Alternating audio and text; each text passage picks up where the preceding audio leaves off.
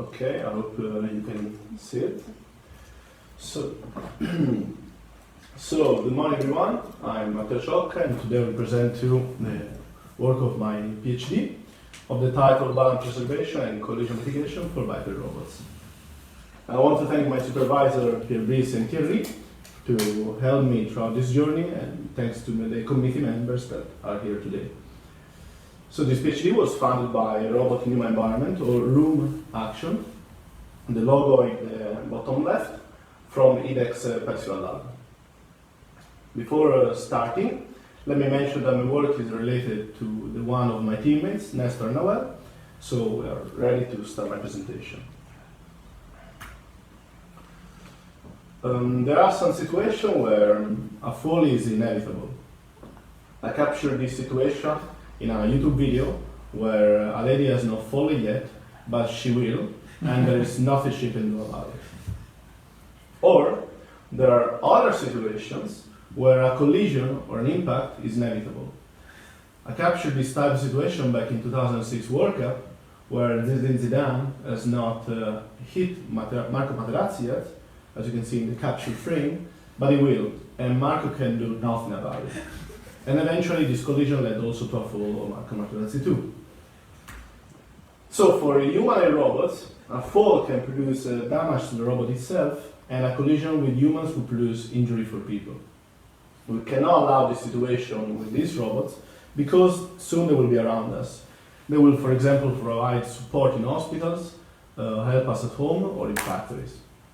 So the goal of my work is to guarantee absolute safety for humanoid robots. The robot will never fall and will never collide with people around.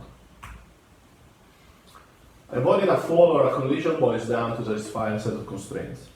For example, to respect a minimum distance and to not create contact with people around. In the real world, the future is uncertain. So we need to decide now what the robot will do next, what we call the planning. And the robot must plan its actions, taking account people, future behavior, in order to satisfy constraints. But the problem is that events in the far future might be very unlikely to happen, and computational power is very limited. So for this reason, we can only plan over a limited time horizon. And we must ensure that this absolute safety guarantee is guaranteed within the horizon and beyond it. One question that we will investigate today is how long the horizon should be. Also, suppose that the horizon is not sufficient for the robot to reach a location for a duty.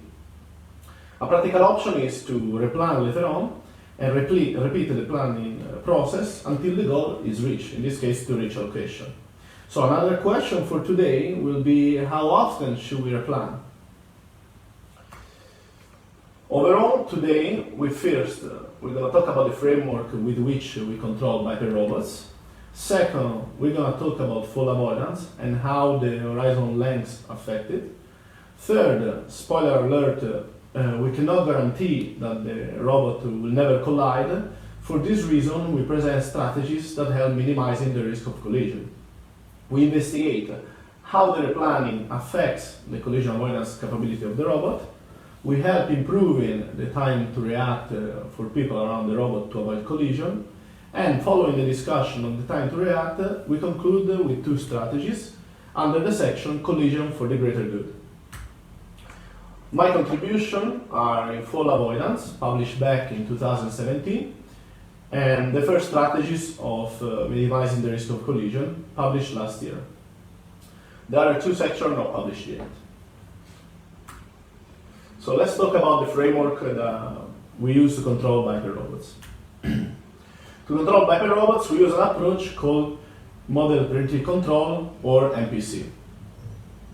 This is a reactive navigation scheme that plans or computes a sequence of action within a limited time horizon. Sorry, one second. I hear a noise from one of the microphones. I don't know. Okay. No, stop. And so continuing this, in this framework, in our case, planning means to solve an optimization problem where we have constraints to be satisfied and we try and also to reach some goals. So, as a matter of fact, MPC for Biped Robots have been widely used for the past 10 years to generate walking motion, and it works as follows.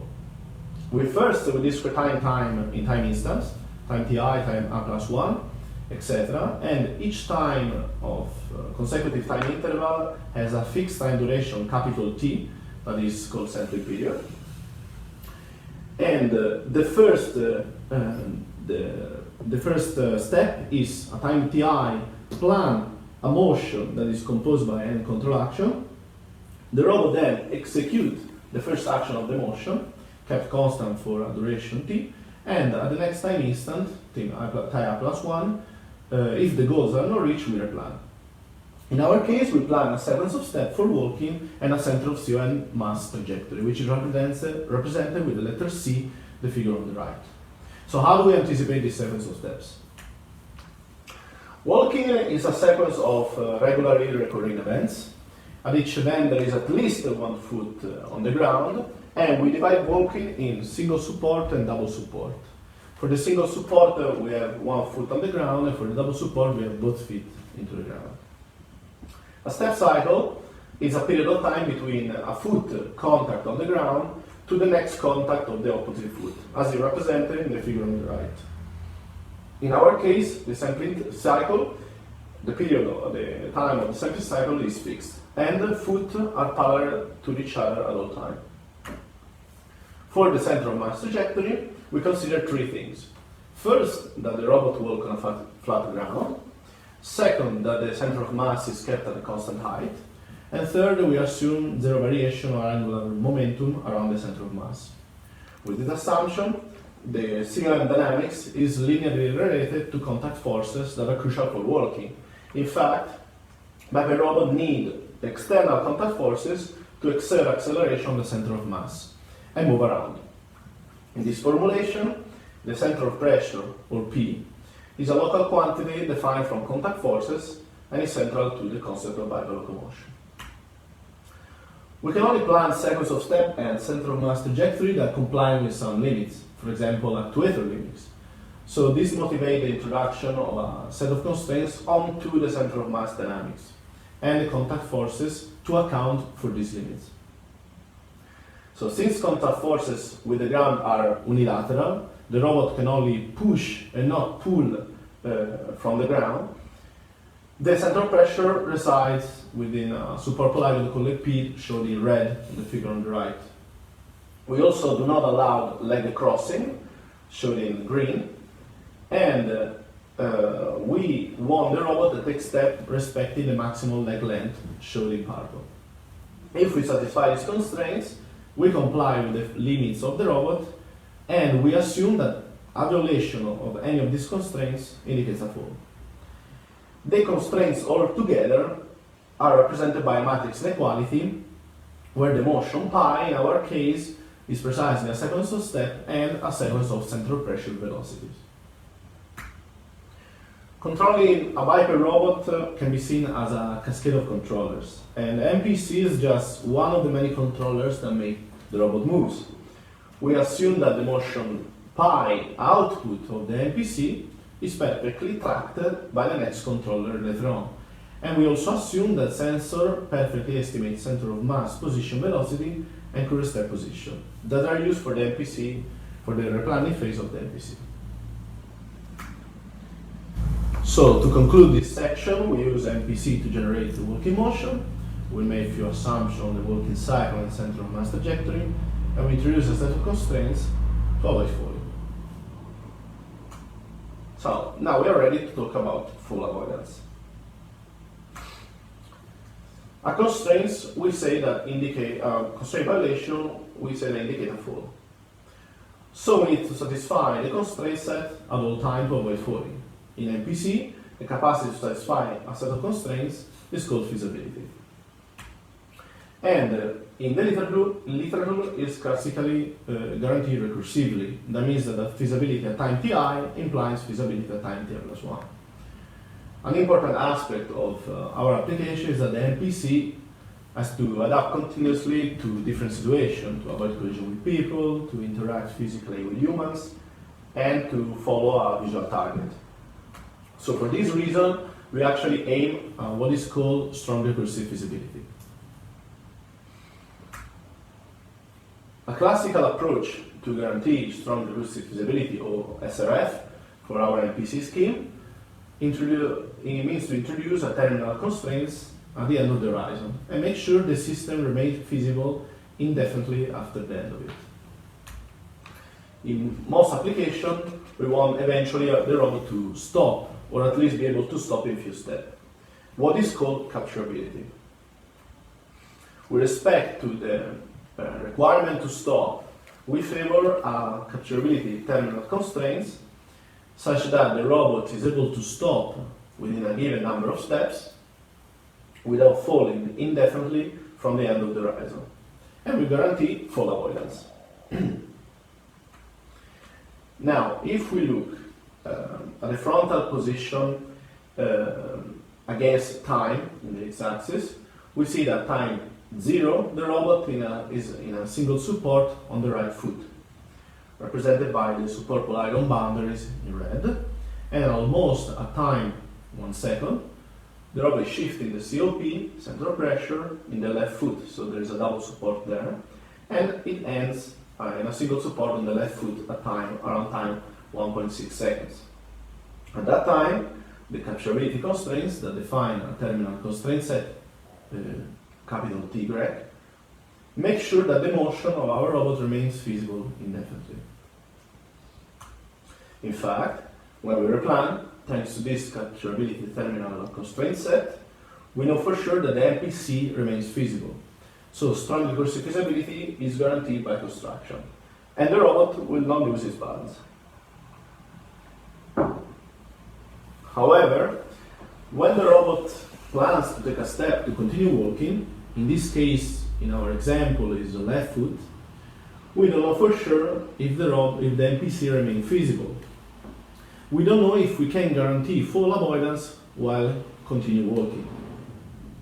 So back in 2017, we decided to investigate whether the MPC is recursive feasible with the capturability terminal constraints, despite the sudden change of this terminal region set when a new step appears at the end of the horizon.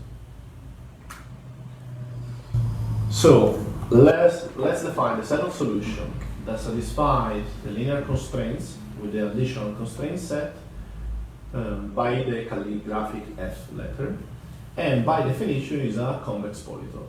In our case, it's also closed. From this set F, we can define two projections. One is calligraphic K. It is the set of feasible pair composed by the current state of the robot and the first action of the sequence pi. And the calligraphic X is the set of feasible states. Based on these sets, the MPC is strong recursive feasible if and only if, at all time, for all the feasible pair belonging to calligraphic K at time ti, the next states belong to calligraphic X. Now, as the graphic representation of strong recursive feasibility suggests on the right, instead of looking at all the possible pair belonging to calligraphic K, thanks to this convex closed polytope description of our set of constraints, it is sufficient just to check this property only for the vertices of calligraphic K. So we decide to approach this problem numerically by solving first linear programming or LP problem with a random selection of gamma, the cost function, that this random selection will provide a random selection of vertices of calligraphic F. Each vertex is projected in calligraphic K, our set of interest, and recursive feasibility properties checked by simply verifying the second linear programming at the point 3 to have a solution, in this case motion pi at time I+1. Now, thanks to our terminal constraints, we know for sure that for all the instants the robot is planning to stop, strong recursive feasibility is guaranteed by construction. However, we use our numerical approach in the instant before a new step appears at the end of the horizon. And if we guarantee for all the vertices, this is possible, we have the strong recursive feasibility property. we choose to investigate this issue for the HRP2 robot, and we choose a sampling period of 0.1 seconds, the step cycle of 0.8 seconds, and we evaluate the set of vertices for different horizons. In the table on the right, we see that from the horizon 8 to horizon 13, there is at least one vertex that is not recursive feasible. However, from the horizon of left 14, all the vertices are recursive feasible. We can conclude that despite the new step added at the end of the horizon to continue walking, the strong recursive feasibility for our MPC is obtained with the capturability constraints and an horizon that includes from 14 actions to 18 actions. And this is by far not the end of the story, because there's still so much to investigate. For example, the strong recursive feasibility when we allow foot rotation, that is the work of Nestor, or for example, climb these stairs, or reject sensor noise, the work of Noel. Next, we're going to talk about the collision front. We understood that capturability is a sufficient condition to guarantee full avoidance. But can we guarantee that the robot will never collide? No. It is impossible to know in advance what people will do next, and the limited physical capability of the robot might not be enough to avoid collision. So in a dynamic and certain environment, for example the ones of our interest populated with people, it is impossible to guarantee together fall and collision avoidance. So what can we actually guarantee on the collision front? We can guarantee that the Biped robots stop before any collision occurs. Doing so, we can guarantee the robot does not actively collide with people, and this form of guarantee is called passive safety. It is very powerful because if everybody behaved that way, no collision would ever happen. This form of guarantee has been already developed and used for several robotic platforms. To mention, for example, humanoid robot, self-driving car, autonomous helicopter, and correspond to the emergency stop required for industrial and personal care robots. So let's see how we can guarantee full avoidance and passive safety together in our MPCC. At time ti, the robot plans capturable motion of an action that is also collision-free. Capturable because we additionally impose the capturability terminal constraints at the end of the horizon. At time ti plus 1, it is impossible to plan such motion because there's a collision the robot cannot avoid. So planning a new capturable collision-free motion is impossible. In this case, the robot executes the plan at time ti as a fallback, and if stop after a few steps without falling, thanks to the capturability constraint, remain at rest before collision occurs. So we achieve together full avoidance and passive safety. With this scheme, we want to test how many collisions the robot can actually avoid, even if we know that no collision ever is impossible to guarantee. We test the collision avoidance system for our Biped robot that is traversing a moving crowd. As you can see from the video on the right, the robot is moving to the right. It detects people inside a limited space called a field of view. The people move to the left and they do not avoid collision with themselves and with the robot. For this reason, we call it an attentive crash scenario. And in this scenario, the robot ends to be the only one in charge to avoid collision. But because of limited physical capabilities, collision will eventually happen. To recap this section, it is impossible to guarantee absolute safety, forget about it. We can guarantee full avoidance and passive safety together. And we want to test the collision avoidance capability of the Biped robots with this form of guarantee in attentive crash scenario to later deploy robots in real situation. Next, we're going to talk about the effect of replanning on collision avoidance capabilities. Note that full avoidance and passive safety together are unaffected by the replanning, since this strategy is based to use previous plan as fallback, regardless on how much time back in time they were computed. Most of walking strategies propose to replan walking motion once every time the robot takes a step. Once the robot places a foot or step onto the ground, usually this foot stay in the constant position to the ground until the next step is initiated. So this is naturally constrain the capacity of the robot to react and avoid people in between steps. Instead, in our team, we replan 8 times per step. So replanning less often means to execute more action of a computed plan and save computation for planning. But how does replanning less often affect collision avoidance capability of the robot? This is the question that we asked ourselves and we investigated last year. We investigated a comparison between once per step, between thesis 8 times per step. In the result, each point of the plot corresponds to 920 crash scenarios.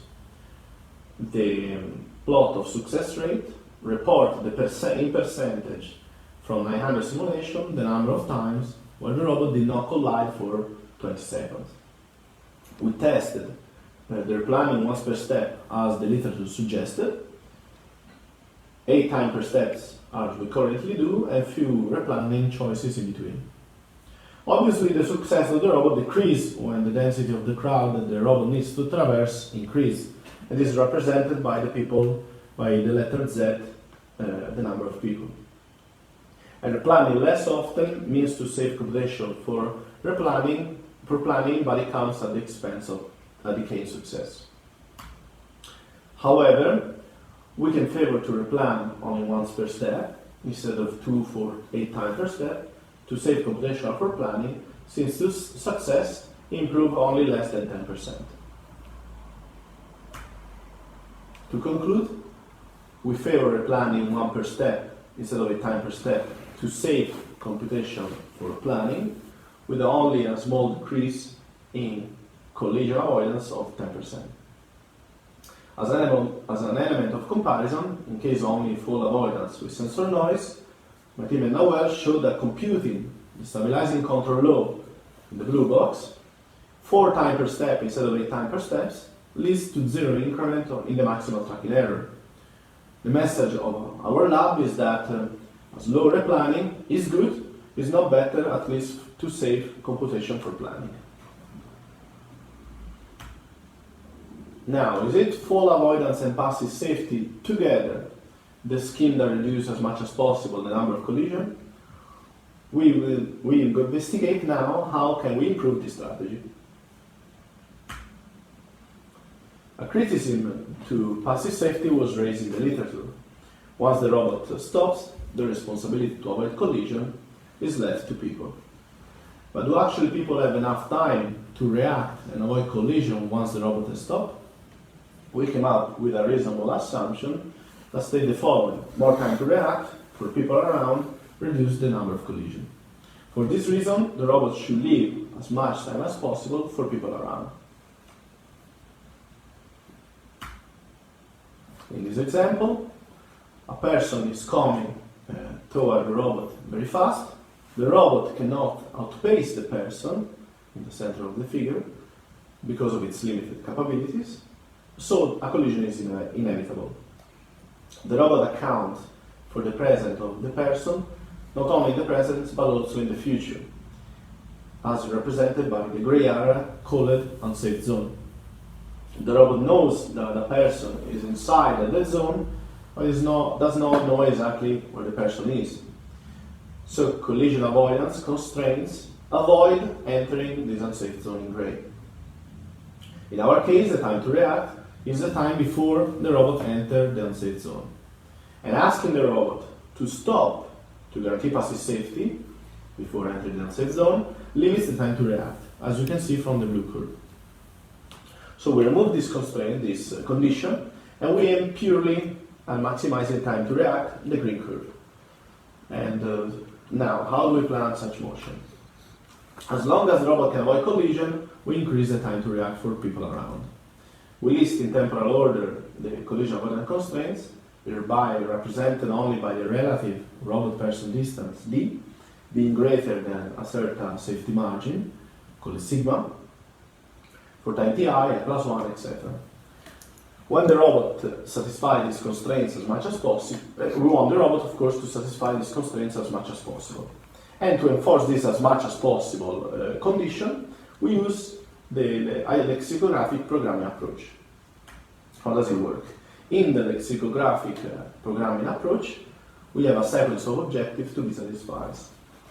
It might be possible to satisfy all objectives together at the same time because they might compete with each other. So we arrange them accordingly to the relative importance for us in a hierarchy of objectives. We try to solve them sequentially. First, we solve the first one, represented by minimizing the violation omega I. Then, among the solutions, the most important one, we try to solve the second one, represented by minimization, the violation, the omega I+1, and so on until the least important. Fall avoidance and collision avoidance together, absolute safety as we call it, might be impossible to satisfy.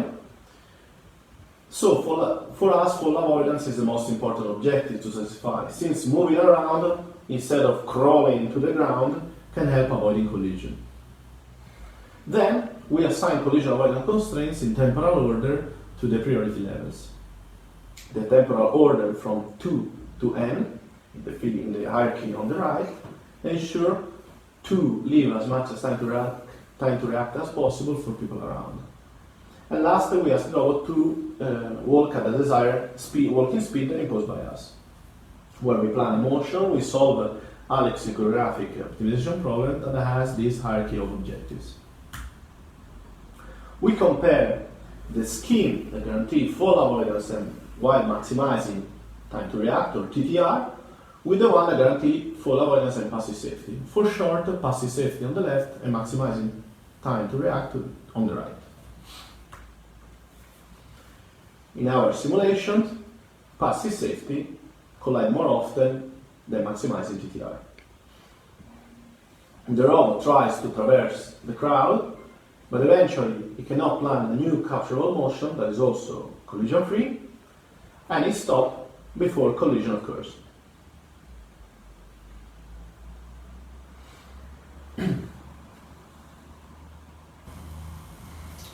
We run the same simulation with maximizing the time to react TTR, and we start from 10 seconds, since up to that time the motion of the robot is identical to the one of passive safety. The robot in the same simulation survives as in many others, since it is not asked to stop before collision occurs.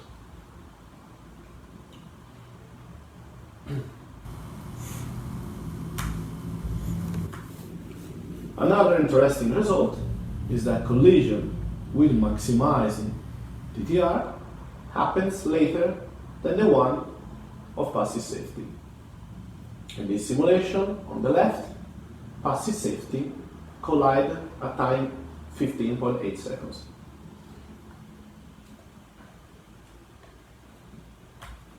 In the same simulation, maximizing TTR collide more than a second later.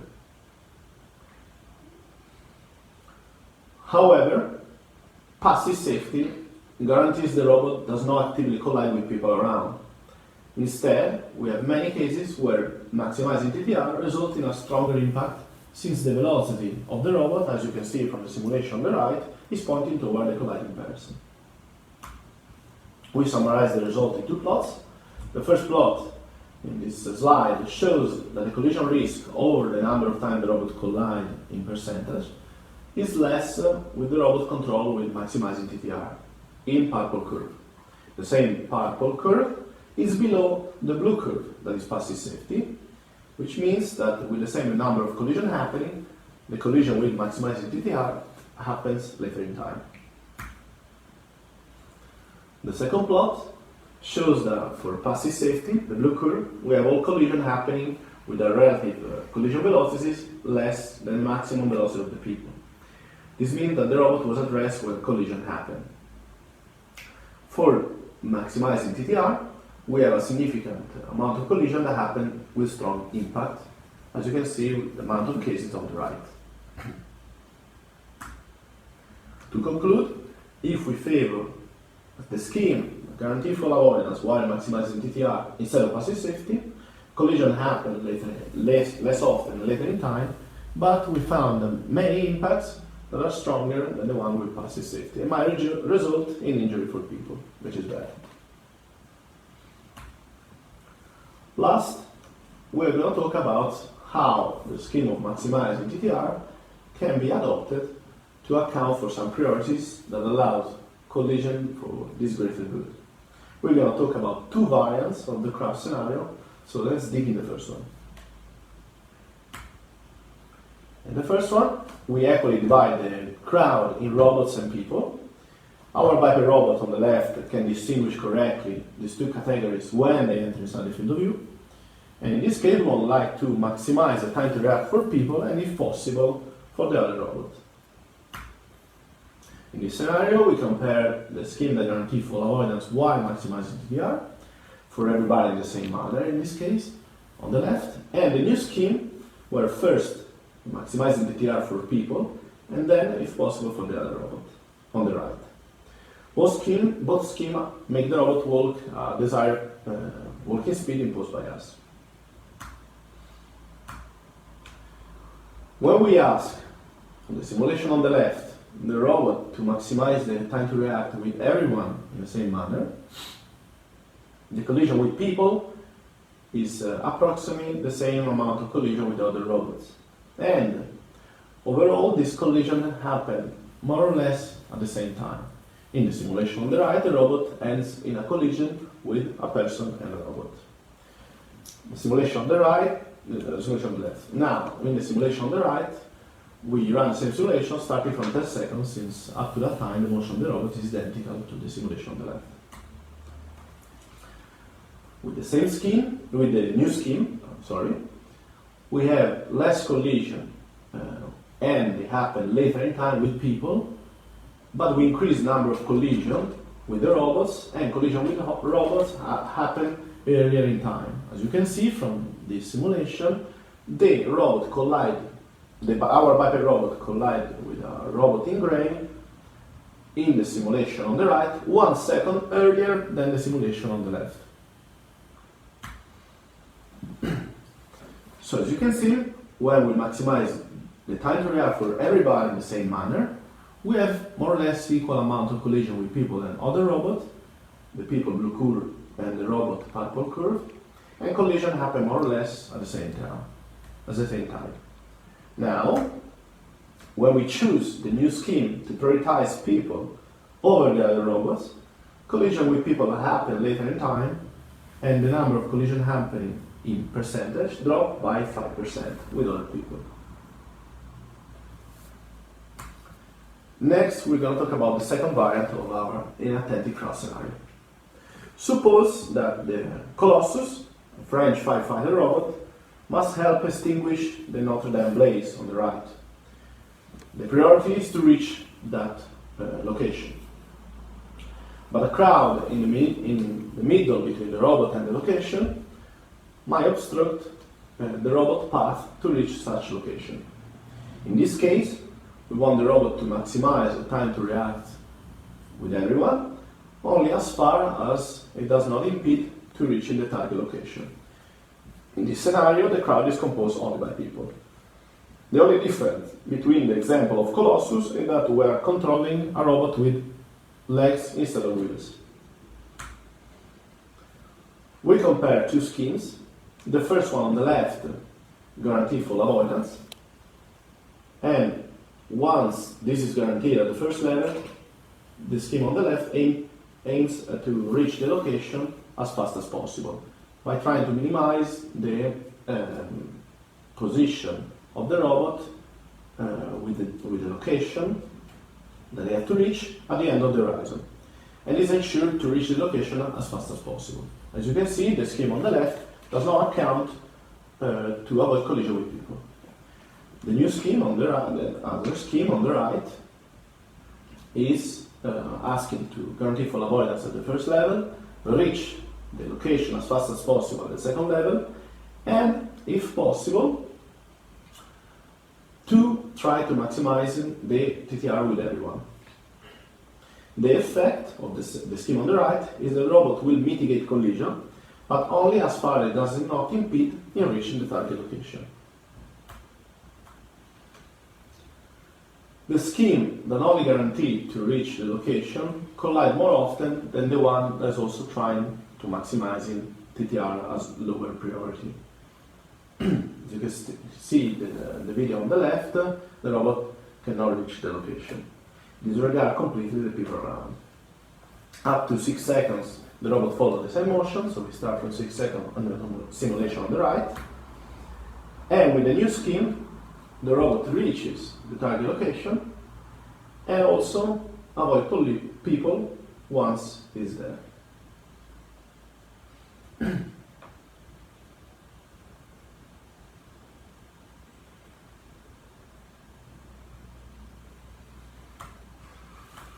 Moreover, while collision just happens more often with the scheme on the left, in the same simulation, we have the scheme on the right that cannot avoid collision. In this case, however, we try to postpone collision later in time. In this case, 1 second later. However, the effect of the scheme on the right is nullified when the density of the crowd increases, because the robot has not enough space to move around and ends colliding as much as the robot on the left, that is only aiming at reaching the location. We summarize the result in 2 plots. The first one, we see that for small crowd, the robot just aims at reaching the location, the red curve, collides more often, and the one that also tries, if possible, to maximize the time to react, yellow curve, collides less often and later in time. However, in the second plot, this one that's showing the slide, for big crowd, in this case we consider 32 people, both schemes collide in all the simulations and more or less at the same time. To conclude, we maximize the time to react for people and, if possible, for the other robots. In this case, the robot postpones collision time and reduce number of collisions with people. Then, if we need to maximize the time to react for everyone only as far as it does not impede to reaching a target location, instead of just reaching the location, the robot can again postpone collision in time and reduce the number of collisions. But this is valid only for a small crowd.